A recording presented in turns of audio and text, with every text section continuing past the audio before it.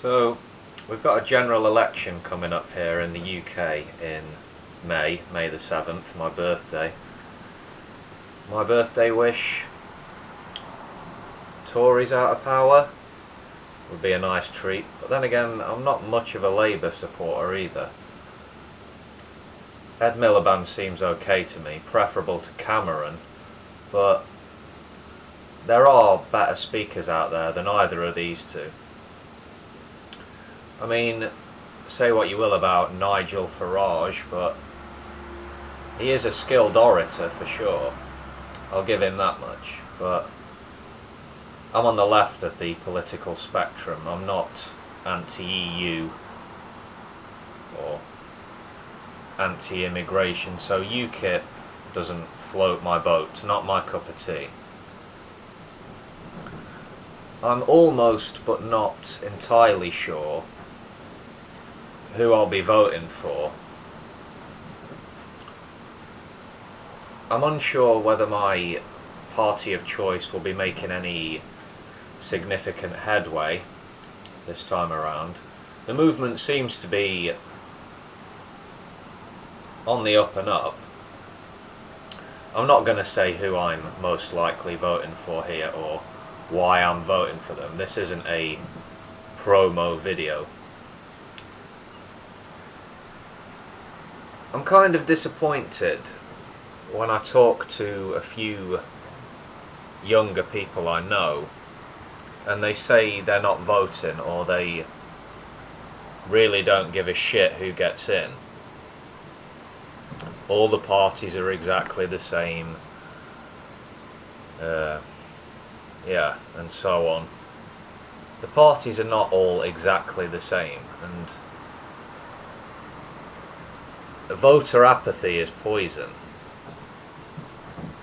I wish more people understood that, but to be fair, some of the younger 20-something people I know are voting, and they do show enthusiasm and some knowledge of the big issues, which is a positive sign. So I'm glad about that. Anyway, to the real point or idea of this particular upload. Let's say I'm running for office. This is a hypothetical. I'm not running for office. But say I was. I'm running as a founder of a new political party. I'm a startup, a local guy who, likes to think of himself as a man of the people.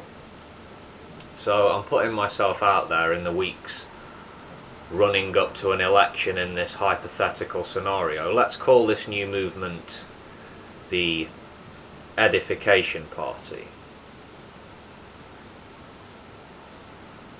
Edification meaning moral improvement. So I put out 10 policies for public consideration, which are, number 1, a written constitution for Great Britain and her territories, guaranteeing human rights, political rights, democratic participation, and the creation of a republican form of government, which necessitates the abolition of the crown. Number 2, dismantling of nuclear weapons possessed by this country, the discontinuation of all nuclear programs. Number 3, scrapping of university tuition fees, complete with cancellation of student debts. Number 4, the repeal of laws on the statute books which act as an unjustifiable obstacle or blockade to free speech and free expression. Number 5, the institution of a legal maximum wage. Number 6, decriminalisation of drugs / narcotics subject to government oversight. Number 7, an agreed upon programme to phase out fossil fuel usage, replacing this with large scale renewable energy. Number 8, the abolition of intellectual property laws. Number 9, complete secularisation of all public schools in England, Wales, Scotland and Northern Ireland. No school can have a religious denomination. And number 10, a redistribution of wealth stroke resources across the new British state based on the principles of egalitarianism.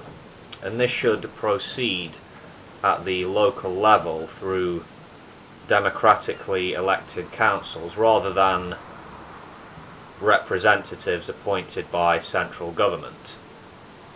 So yeah, if there was a party or an individual pitching this policy list as a platform for election, would you be interested? Would you want to know more? Ask questions? Demand more details, perhaps? Please get to work in the comments if you feel like doing so, ladies and gents. Yeah. I've heard some people say fairly recently that the UK may well be drifting or moving away from the, I guess you'd say, traditional two-party dominated system, which, yeah, that's where we are right now. What do you think? Please let me know. That being said, I'll see you next time, folks. Wherever you are, take care of yourselves. Peace.